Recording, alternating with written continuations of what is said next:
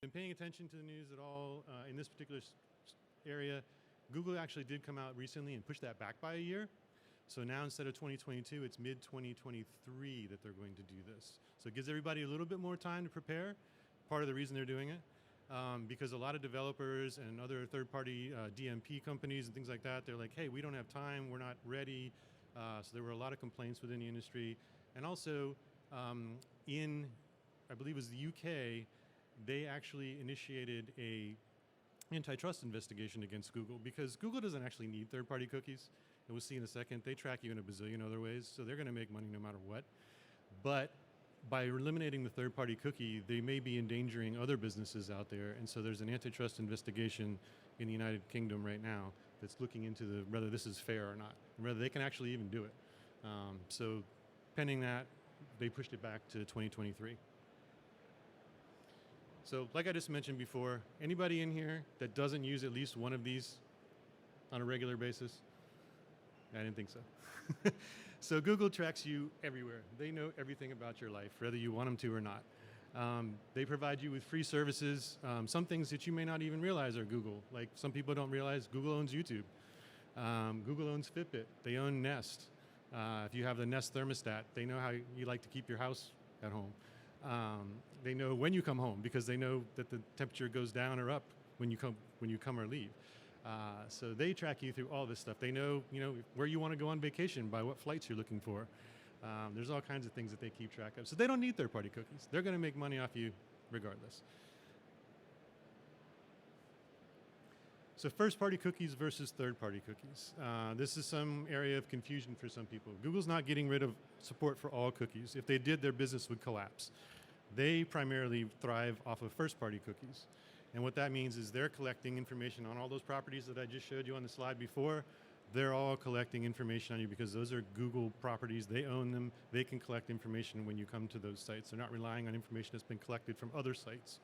So first-party cookies, just really quickly, it's code that's automatically generated and stored on your website visitor's computer when they visit your website. Things like logins, registrations, things that make their experience on your website smoother, faster, easier. They are primarily designed for exactly that purpose, and then they don't provide any data on users outside your own website. It's just when they're on your property. And first-party cookies, as I mentioned, are not included in Google's phase-out. They continue to support first-party cookies in Chrome browser. Third-party cookies, these are the things responsible for the creepy ads that follow you around the internet.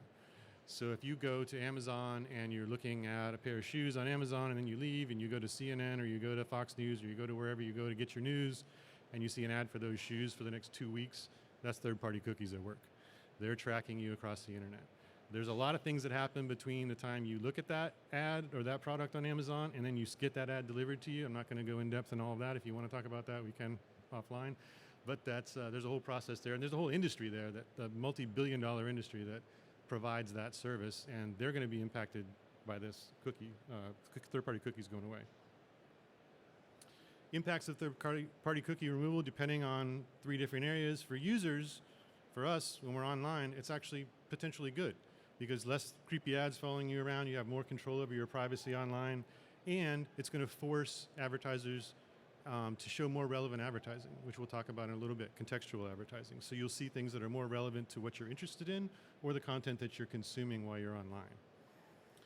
For advertisers, you're going to lose targeting options, and things that you may potentially have relied on for years are going to go away. If you're somebody who does a lot of programmatic advertising, for example, you're going to see issues and changes in the programmatic sphere. And it's going to put more focus on first-party data. For publishers like myself, first-party data is going to become the new currency. So first-party data is going to become super valuable, and we'll talk about how you build your own first-party data here in a second. But we're also going to potentially look at some revenue loss because for like our sites, we rely on remnant advertising to backfill empty space, and the companies that provide that remnant advertising to us are going to potentially either go away or have to drastically change the way they do business. So we could potentially see an impact there as well. So what's going to replace third-party cookies? If this thing is so powerful and so important, it can't just disappear, right? Something has to take its place. Well, Google, surprise, surprise, has come up with what they call FLOC, which is Federated Learning of Cohorts.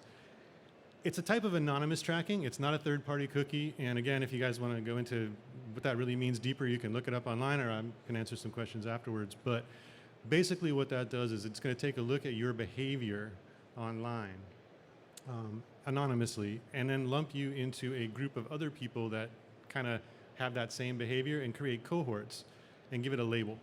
And then they're going to share those labels with advertising agencies, other websites, things like that. So it's kind of like third-party cookies, but not as targeted.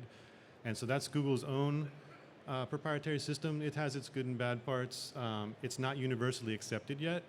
And so that's another thing that's kind of a challenge with what's after third-party cookies is, all these different solutions are being put forth out there. There are private companies doing universal IDs, which are kind of like a digital fingerprint that they can follow you across multiple platforms and devices and so forth. But there's so many of them right now. It's very splintered. And the challenge is to find one that everybody agrees on, not just in the United States, but globally, like third-party cookies.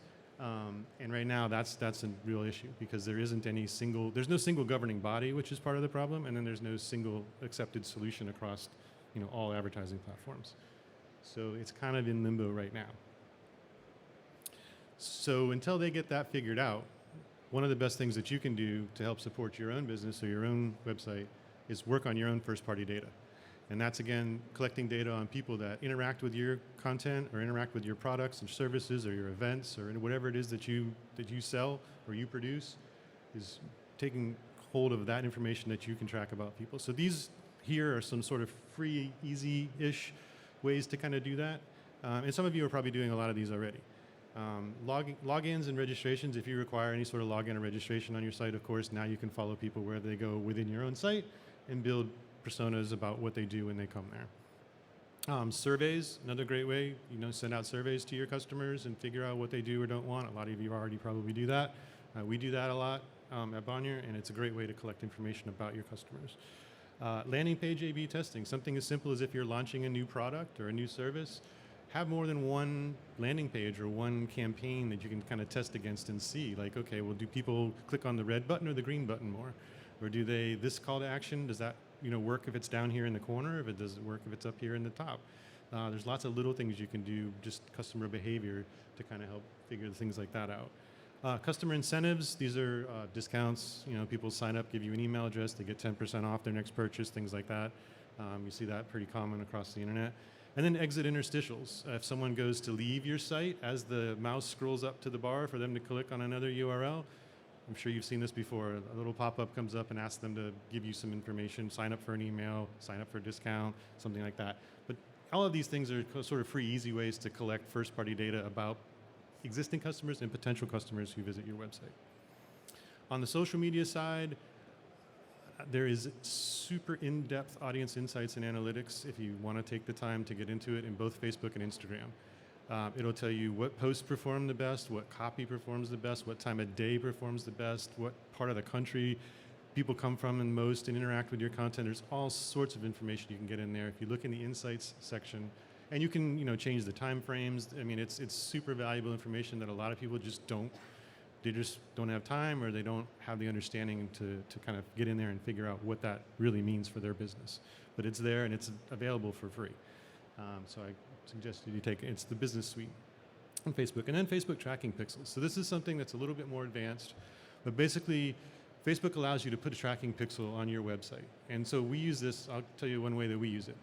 I have a tracking pixel on Saltwater Sportsman, for example. And I can then create custom audiences in Facebook to go after using that information from that tracking pixel. I can say, okay, I want to know people who are fans of Saltwater Sportsman on Facebook. They visited my website in the last 90 days. They're of a certain age range.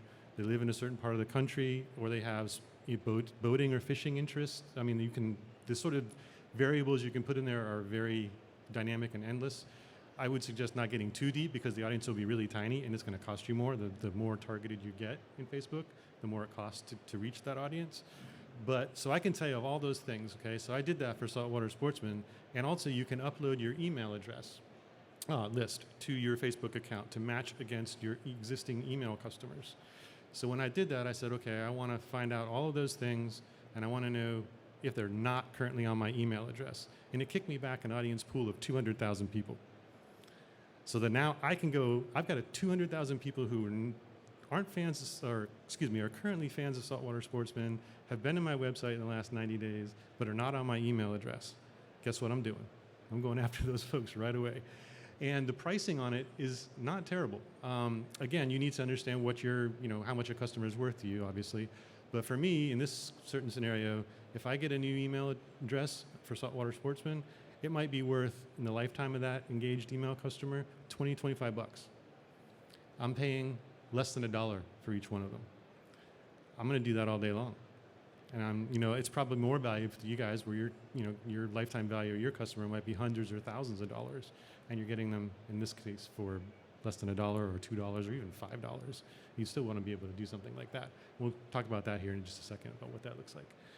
On the analytics side of things, if you have a website, you should have an analytics suite available to you, even if it's just the general one that comes with WordPress or something like that. You can also use Google Analytics. You can use Adobe Omniture. There are several different kinds of analytics suites out there. But you need to know about your visitors. What are they doing? Where are they going? What are they reading? How much time are they spending there? What products are they looking at? I mean, some of you guys obviously already know this. Some of you may not. But it's very easy to collect information and start building profiles about how people come. And Google Analytics, the basic package is free. Again, Google's getting that information too, but you're getting it for free. And then on the analytics side, tracking codes. I can't tell you how many advertisers I've seen submit ad materials to us with a URL and just goes to a random landing page on their website. And then when they come back to us, they go, well, how many people did you send to us? Well, like, how many people did it show in your analytics? Oh, I don't know. If you use a simple tracking code, you can use Google's UTM codes. Google provides those as a service, or you can just put something as simple as / whatever the campaign is called. And when you go into your analytics, you can see that particular URL, if you only gave that to me for a campaign that you were running on one of my properties, okay, Saltwater Sportsman delivered these people that came to this URL. The other thing you could do potentially is create a custom landing page. I've worked with some clients to do this, where you have a page that might exist on your website already. You can duplicate that exact same page, but give it a different URL. And the only way people know how to get to that is if you give them the URL in your ad. So that way you know that only people that come to that page are people that clicked on that ad or came in from that email or that social media campaign. So there's lots of different ways that you can track things like that. And then building conversion funnels. If you're doing an ad campaign in Google Analytics or Adobe Omniture, you can go in and build, like, here's the outcome. You want them to take this action. Well, what are the steps you want them to take to get there? They want to land on this page, then you want them to go here and look at this product, and then you want to hit buy now or submit or sign up or whatever it is that you're asking them to do. You can build that funnel, and that way you can see in Google Analytics, where are they dropping off? If they're not doing what you want them to do, where are they leaving? Are they leaving as soon as they come into the landing page that you sent them to? Okay, well, what's wrong with that landing page?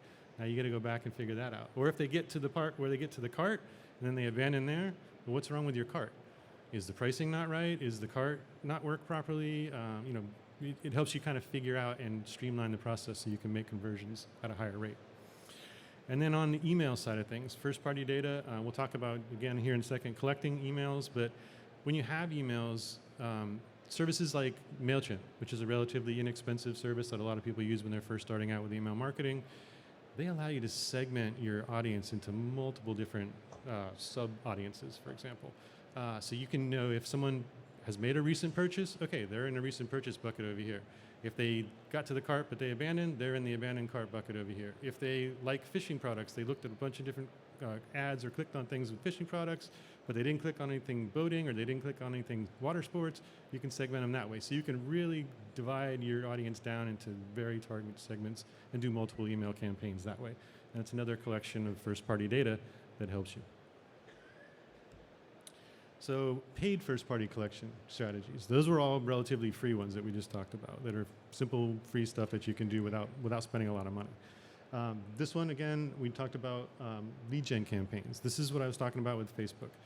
And a lead gen campaign works great because of multiple reasons. One, is the user info is auto-filled. They don't even have to, if they're signed into their Facebook account, which they have to be on Facebook, and they go into one of these ads and they click on it, it automatically pulls all their information into the ad. They don't even have to fill it out. So that step right there, boom, they click next, everything is filled out, and then the next, you have segments, like I mentioned before, that are super targeted. When you're creating these Facebook ads, you can target by interest, by demographics, by location, by all sorts of different things. Because Facebook has probably the most first-party data next to Google, of anybody. So there's lots to choose from there. And they work on mobile, they work on Instagram, they work on desktop. You don't have to build multiple creatives, you just build one creative, and it works everywhere, which is also good. And then there's custom question options there. So not just asking for the email address, but then being able to go in and make up your own question. If you want to know how many boats do they own, what brand of boat do they own, how many times a year do they go fishing, all that sort of stuff, you can collect those kind of questions. You can even set appointments. So if you were a dealer, for example, and you wanted to try to target people that you wanted to get into a showroom, you can target with this particular type of ad to set up dealer appointments as well. So it's pretty powerful stuff. And it's relatively inexpensive as long as you keep your targeting not too narrow. Because the more narrow you get, the more expensive it gets. So in this example here, it's just a Range Rover example, but the call to action on this is get a quote. So if you were to push this button, then it automatically fills out your information. But the third question that's on here, the third screen, if you can't see it, asks the time frame in which you're looking to buy a vehicle. 2 to 4 months, 3 to 6 months, 7 to 9 months. So you can kind of, again, if you were collecting this information and you're going to segment it out, okay, you know when people are looking for buy now versus people that maybe are looking to buy 6 months from now. And you can set separate messaging to those people. So it's pretty powerful stuff. Google recently started doing a similar type of ad. It's not quite as flexible as the Facebook ads, and I haven't actually run one of these campaigns yet. I'm hoping to do so very soon. But they very similar. The user information is auto-filled. If they're logged into their YouTube account or their Gmail account or any other Google-related account that they have. It is highly targeted as well. Google has a ton of data also. It's not quite as targeted as the Facebook data is, but it's pretty good. And the optional preset questions here are by vertical. They're not custom. So you have to kind of use the verticals that Google has available. And then this is kind of what they look like when you're setting up the questions and making sure that if you do run one of these campaigns, don't forget the question part. That's the most important part because that actually allows you to kind of get more targeted and get that first-party information about people that are interested in your products. The one on the left is Google. You can see Facebook. You can see that there's multiple choice, short answer, conditional, which is great. So we ran one that was a conditional where we asked people to sign up for a newsletter, but we also asked if they owned a boat. If they answered no, then we asked, are you in the market to buy a boat in the next 6 to 12 months? And if they answered yes, then we said, well, what kind of boat do you own? What brand? Just simple, leave it at that. And so we were able to just, through this particular ad, kind of get a little bit of information about their purchasing habits very simply and very quickly and very cheaply. So the other thing I want to talk about was contextual advertising, which you guys may or may not be familiar with. This example is not contextual advertising. This is what the creepy ads that you are used to seeing now. So for example, in this situation, I had some leftover fried chicken and I was looking for a way to make it into something else. And I ended up on this recipe. Well, the ad that's next to me has nothing to do with cooking or fried chicken or eating or anything. It has to do with what I was doing earlier in the day, which was researching for this presentation. And so it was looking at, my browser, my 32 browser tabs that I had open were all related to this particular topic here. So behaviorally, the third-party cookies said, hey, this guy's looking for business information over here on how to operate his business better. But in reality, I was done with that for the day, and I'm looking how to fill my belly with something good. And these two don't mix. So this is the type of thing that's going to go away potentially, is the targeting with that behavioral activity when third-party cookies go away. This is more contextual advertising right here. So this is something where you're looking for a recipe, quick, easy, one-pot recipe, okay? And what kind of ads do you get? Quick, easy, one-pot food related to that. So that's more of a contextual-based advertising experience right there. So contextual targeting, some benefits for contextual targeting for the consumers. All the changes that are happening in the regulations that are happening on the internet are all based around consumer privacy. People are tired of being tracked. They're tired of having their information shared where they don't want it to. And the regulatory agencies have stepped up finally. And so they're putting a lot of things in place. So contextual targeting kind of gets around that, and it gives you as a consumer advertising that's more relevant to what you're interested in or what you're looking at when you're online on the web in general, or on social media or anywhere else. It gives you a little bit more control and transparency over how your personal data is being used by businesses. In addition to more privacy, people, they've done some surveys and some results out there where folks, they're okay with seeing advertising that's contextual and relevant to what they're doing. If I'm on a fishing site and I see an ad for a fishing rod, I'm like, okay, that makes sense. Maybe I'll buy it. Maybe I'm in the market for a new one. If I'm on a fishing site and I see ads for garbage bags, not so much. Or Natasha's favorite, you're on an article about a $15 million yacht and you see Cheetos ads. Not really good. And then contextual targeting delivers relevant ads because it actually analyzes the content that's on the page as opposed to the person reading the content or interacting with the content. So it's really helps figure out what exactly is relevant for that person as opposed to based on their behavior from a day ago or a week ago or 2 weeks ago. And as a result, as a consumer, you don't have to opt in to receive those messaging. So you're not having to sign in and say, oh yeah, okay, I give you consent to do this every time you go to a website. Benefits for advertisers, contextual targeting allows you to go where the customers are while they're engaging with content or product that's relevant to the products or services that you provide. Makes sense. It's a lot easier, like I said, than the behavioral targeting, which sometimes is hit or miss. And then the other thing that's kind of good with contextual advertising is it allows you to discover commerce signals by taking a look at your first-party purchase data that you have, if you have that kind of data, and take a look and go back and say, okay, well, I know that people who read or are interested in golf, for example, they come into my site, they buy my product. People who are interested in boating come into my site, they buy their product. But which one buys at a higher rate? Is it the golf guys or the boating guys? If it's the golf guys, then now maybe I want to run contextual advertising to sites related to golf. You can kind of take a look at and see what other hobbies, what other interests, what other look-alike sort of audiences are out there that are interested in your products but are coming from other places. There's some interesting ways out there in companies right now that do that particular type of deal. And then benefits for publishers like us, by adopting contextual targeting, it allows us to continue to backfill some of our remnant advertising that we were based third-party cookies on. Now there are companies that are going to step up and do the same thing on a contextual basis. So kind of soften the hit to revenue for us. But then the big benefit is contextual advertising, has a big benefit for smaller niche publishers because those folks already create content that's contextually relevant for very specific topics. So for example, that's what we do.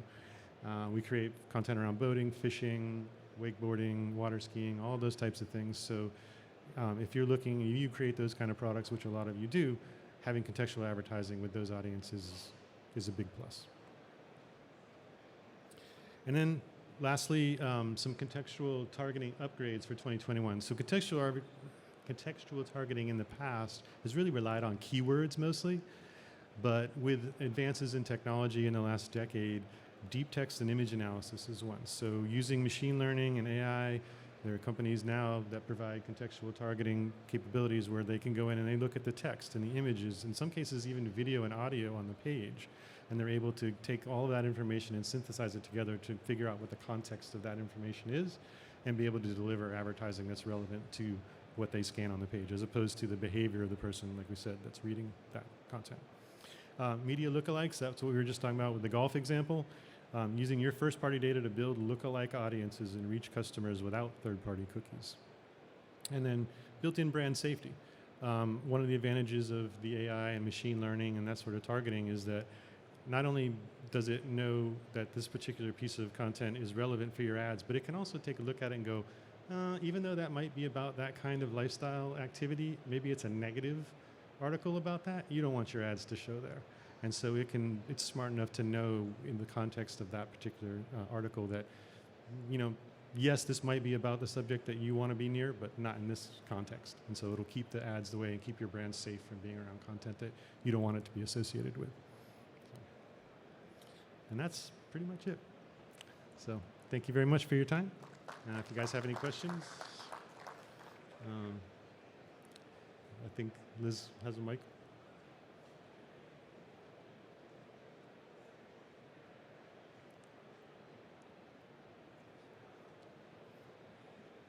Maybe.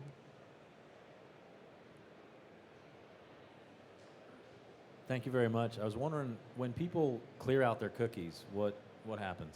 Yep. So if you clear out your cookies, basically you start over. And there's this, I forgot what the percentage is, but there's a certain percentage of people on a weekly basis that do that. I do it myself. So if you do that, on the third-party side, it wipes out all that tracking. On the first-party side, now when you go to a site that you used to be logged into, that you just went to the site, logged in, now you got to log in again. So some people don't do it just for that reason, because they're logged into like 15 million different sites. And so you lose the login. It also loses your favorites sometimes. Like if you go to a recipe site and you're logged in and your favorite recipes, it could wipe that all out too. So on the advertising side, yeah, it clears all that information. A lot of cookies don't last forever. That's the other thing too. There's a lot of the ad cookies. Some of them have a short lifespan as a day. Some of them are 2 weeks. A lot of retargeting campaigns which use third-party cookies usually have a limit, a 2-week cap or a 1-week cap, so they follow you around the internet for like a week and then they stop. And you notice, you'll see that ad for those shoes or the fishing rod or the boat or whatever it was, follow you around, and all of a sudden it sort of just dies off. That's because that cookie expired. Very few third-party cookies last forever. There are some, but very few. So you're basically just kind of speeding that process up when you clear your cookies. So, you're welcome. Anybody else? No? Okay. Well, thank you for your time. Thanks, Mark.